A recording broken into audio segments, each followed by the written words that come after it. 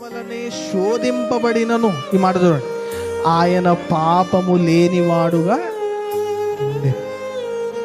మనలాంటి శరీరం ధరించుకున్నాడు, మనలాంటి పాపం ఆయన కళ్ళ ముందు ఉంది, మనలాంటి స్థితి ఆయనకుంది. మనం ఎలాంటి శోధనలు ఎదుర్కొన్నామో అవే ఆయన ఎదుర్కొన్నాడు. కానీ ఏం చేయలేదట, ఆయన పాపము చెయ్యలేదు.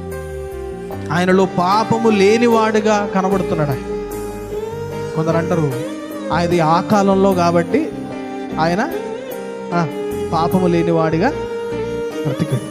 నేను చెప్పే విషయం ఏంటంటే, యేసు ప్రభు ఒకవేళ ఈ కాలంలో పుట్టిన ఆయన పాపము లేనివాడిగా బ్రతికేవాడు. ఎందుకనంటే మనం పాప స్వభావానికి బలహీనులము, ఆయన పాప స్వభావమును జయించినవాడు. అందుకే మనందరికీ మాదిరి, మనం అందరం నేర్చుకోవాల్సింది, మనం అందరం ఇన్స్పిరేషన్ పొందుకోవాల్సింది ఎవరి దగ్గర? యేసు ప్రభు దగ్గర. పాపం చేయకుండా ఎలా ఉండాలి?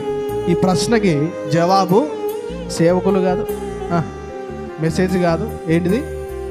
యేసు ప్రభు.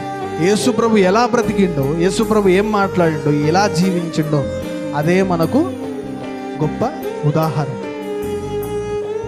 అందుకే అంటుంది వాక్యం, ఆయన సమస్త విషయములో కూడా మన వలనే శోధింపబడినను ఆయన పాపము లేనివాడుగా ఉండేను. ఆయనకు మనలాంటి చేతులు లేవా? ఉన్నాయి. మనం ఏ పాదాలతో పాపం దగ్గరికి పరిగెడుతున్నాం, ఆయనకు అలాంటి పాదాలు లేవా? ఉన్నాయి. మనకు ఎలాంటి కళ్ళు ఉన్నాయో ఆయనకు కూడా, యేసు ప్రభు కూడా అలాంటి కళ్ళే ఉన్నాయి. కానీ ఆయన పాపము లేని వాడికి కనబడుతుండడు, మనం పాపముతో కనబడుతున్నాం. అందుకే మనం యేసు ప్రభు మార్గంలో ఉంటే, యేసు ప్రభు వెంటుంటే, యేసు ప్రభు మాటల వెంట మనం ఉంటే, మనం పాపము లేని వారిగా ఎలా ఉండాలో మనకు